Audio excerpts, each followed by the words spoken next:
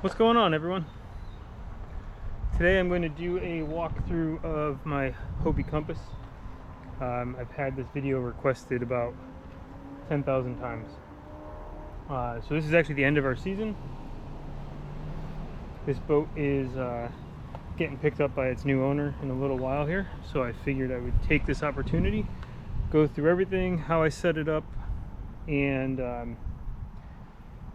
you know, I'm pretty bare bones when I'm on the water. I actually carry more gear than I normally would while I'm guiding versus going out by myself. But I'm going to try to go through everything. There's a couple layers of stuff to unpack, so we'll kind of deep dive into all of it. We'll have to bear with some background noise or wind noise, all sorts of stuff. Kind of a lot going on here on a Saturday. Okay, first and foremost, we're going to go over the hull. Yeah, I really like the compass hull design. It's pretty fast, pretty stable, really sharp pointed bow, big tank well area. You definitely are able to stand up in it. Most of the Hobies are going to use that double pontoon shape, or whatever you want to call it, but you know, the compass just gives a really good mix of speed and stability. We wrap the hulls with garden hose and Gorilla Tape. This is just 3-inch wide. I think it's called Tough and Wide Gorilla Tape. This has been the entire season and still holding up pretty well. You can see a couple spots where the hose is showing through, and as you can see, the hull still is gonna get scraped and banged up. It's really just part of all of the structure fishing. There's no way around it, but the tape, it definitely does help. Yeah, you can see I favor this side of the boat on the pilings a little bit more. It's a little bit more beat up.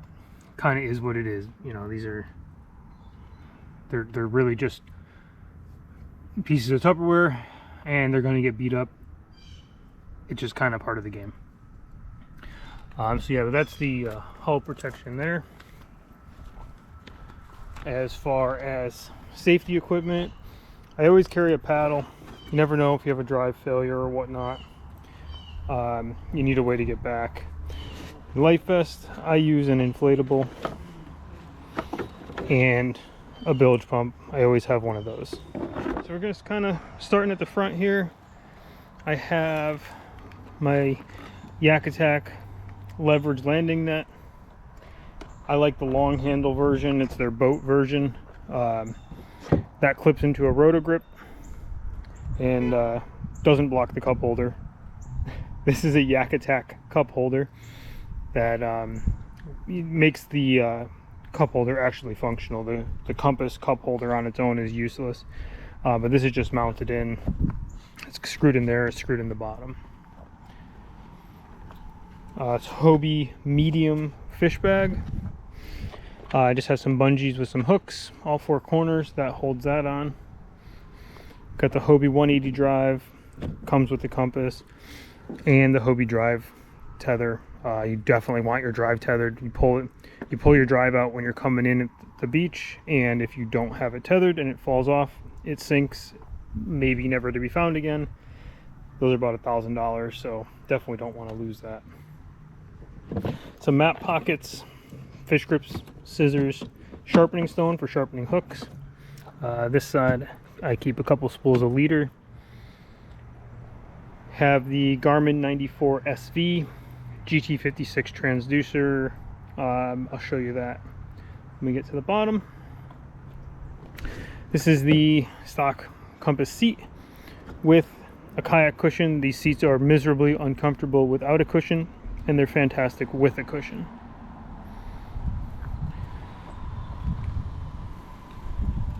Moving back, obviously I wear the life vest when I'm out there. And the bilge pump fits nice right there. This is the Hobie Live Well.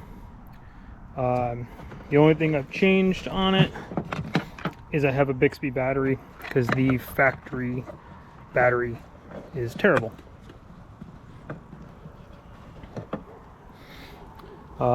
These are the factory rod holders, and I rotated them so the rods don't stick out as far. I then added 2 more facing forward so I can drop a rod down while I'm unhooking fish. The rod points fairly straightforward, worked out really well. Actually really happy with that. Okay, moving back a little further, live well net.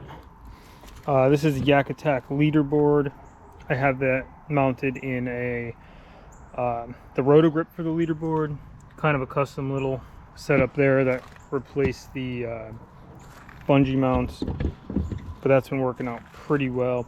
I usually also carry a scale that I clip on here, but it got wet and damaged, so I don't have that on here.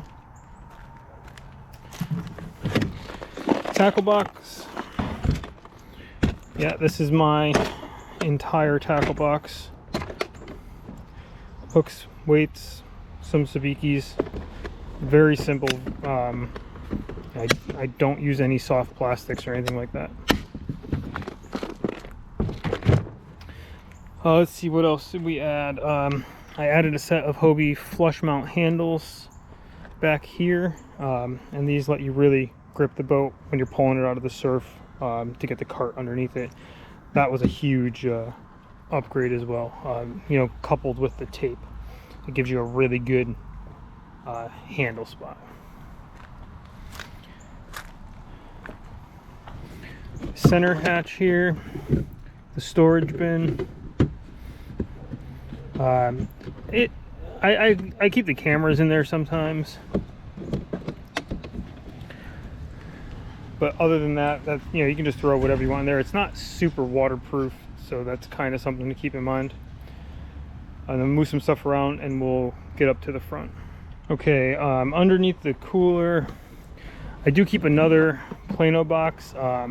This is, you keep a first aid kit in here usually, and if anybody has anything they need kept in something that's waterproof, wallet or cell phone or stuff like that, I throw in there. I added the secondary front hatch. Inside here I have the Naqua for the fish finder. I routed that with a Hobie wiring kit, so that keeps that good. I have another wiring port up here.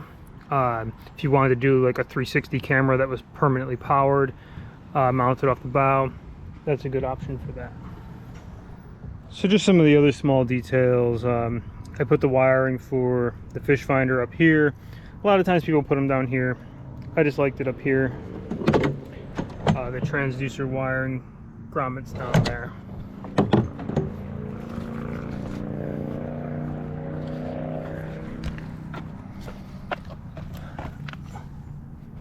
So now the transducer on these, they hang low with a side scan transducer. They get mounted outside the plate.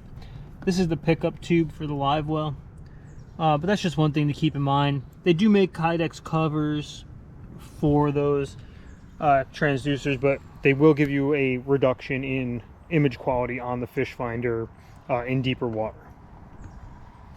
So yeah, that's pretty much it. We'll do one more walk by here. I guess I got the net on the back now, but that usually just sits on top of the cooler like I saw at the beginning. And yeah, a lot of little small detail changes that made a big difference in usability of the kayak. So I hope this helps. I know, like I said, a lot of people asked for this video, so hopefully this helps. And I appreciate you watching. Like, comment, and subscribe and all that. And stay tuned, because we're picking up a new kayak next week for this winter. I kind of go completely different route every winter, and I'll be doing a whole bunch of videos, modifications, improvements on that kayak. So yeah, appreciate you watching. Catch you on the next one.